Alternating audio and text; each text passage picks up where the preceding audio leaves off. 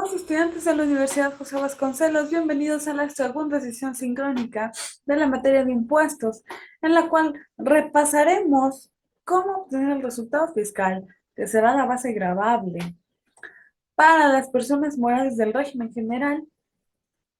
En este caso, ¿cómo la vamos a calcular? A mis ingresos acumulables le voy a disminuir mis deducciones autorizadas, que recordemos que son los gastos que según la ley del ISR se considera que deberían de tener las personas morales. Puede ser costo de ventas, inversiones, aportaciones a seguridad social, entre otros, sueldos y salarios. Entonces, a mis ingresos totales le voy a disminuir las deducciones autorizadas y a este resultado tendrá que disminuirle pérdidas fiscales de ejercicios anteriores, es decir, voy a compensar, por decirlo de alguna manera, las pérdidas de ejercicios anteriores y también voy a disminuirle el reparto de PTU. ¿Qué es el reparto de PTU? Recordemos que la participación de los trabajadores en las utilidades está establecida en la Constitución Política de los Estados Unidos Mexicanos y que resulta que todas las empresas, excepto aquellas que lleven un año o menos trabajando, deberán de hacer partícipes a sus trabajadores de las utilidades. Entonces, a mis ingresos acumulables le disminuyó las deducciones autorizadas, perdón, también le disminuyó las pérdidas fiscales de ejercicios anteriores y el reparto de PTU. A este resultado o a la cantidad que resulte de esta operación aritmética, lo que voy a hacer es aplicarle el 30% de ISR, que es la tasa establecida en el artículo 9 de la ley del ISR, es la tasa general que se nos presenta. Ahora bien, es necesario que hablemos del IVA. El IVA es un impuesto federal indirecto que va a gravar cuatro tipos de actividades. Número uno, enajenación de bienes o servicios. Número dos, uso o goce temporal de bienes, que hablamos de arrendamiento. Número tres, prestación de servicios profesionales independientes. En este caso, vamos a hablar de las personas que cobran por honorarios, es decir, que son trabajadores independientes y que necesitan un título profesional para poder ejercer.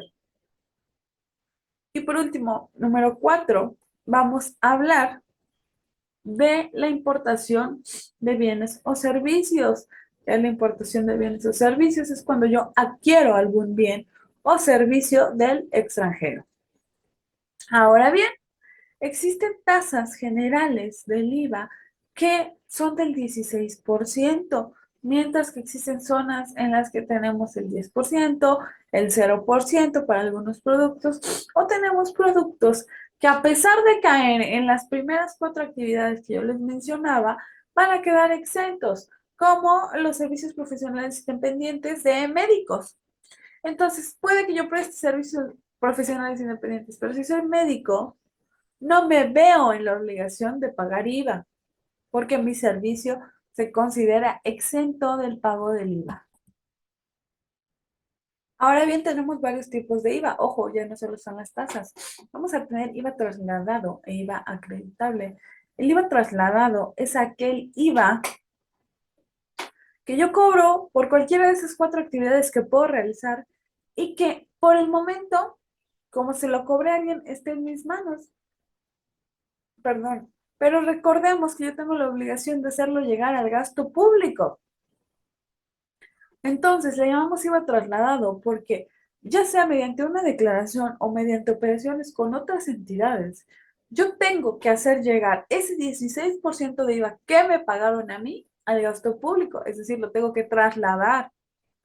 Mientras que también tenemos IVA acreditable, porque la llamamos acreditable. Recordemos que yo debo de acreditar la obligación que tengo de contribuir al gasto público. Entonces, en el momento en que yo compro, por ejemplo, una maquinaria, voy a pagar IVA porque implica la enajenación de un bien. Entonces, ese IVA que yo pagué ya cuenta para acreditar mi contribución al gasto público. Por eso es que hablamos de IVA acreditable. Ahora bien, ¿cómo voy a determinar yo si en la declaración mensual, en la declaración anual, me van a pagar IVA? El SAT me va a devolver IVA o yo lo tengo que pagar. Bien, ahora, cuando resulta ser que el IVA trasladado, es decir, lo que yo cobré y tengo que trasladar, supera el IVA acreditable, vamos a tener el IVA a cargo, que quiere decir que la obligación está bajo mi cargo, es decir, yo debo de cumplir con esa obligación. Mientras que cuando el IVA acreditable supere el IVA trasladado, estamos hablando de IVA a favor, quiere decir que la cantidad resultante será a beneficio mío, porque pagué más de lo que cobré. Espero que el contenido de la sesión les resultara interesante y que también les resulte de utilidad para la realización de sus actividades. Saludos.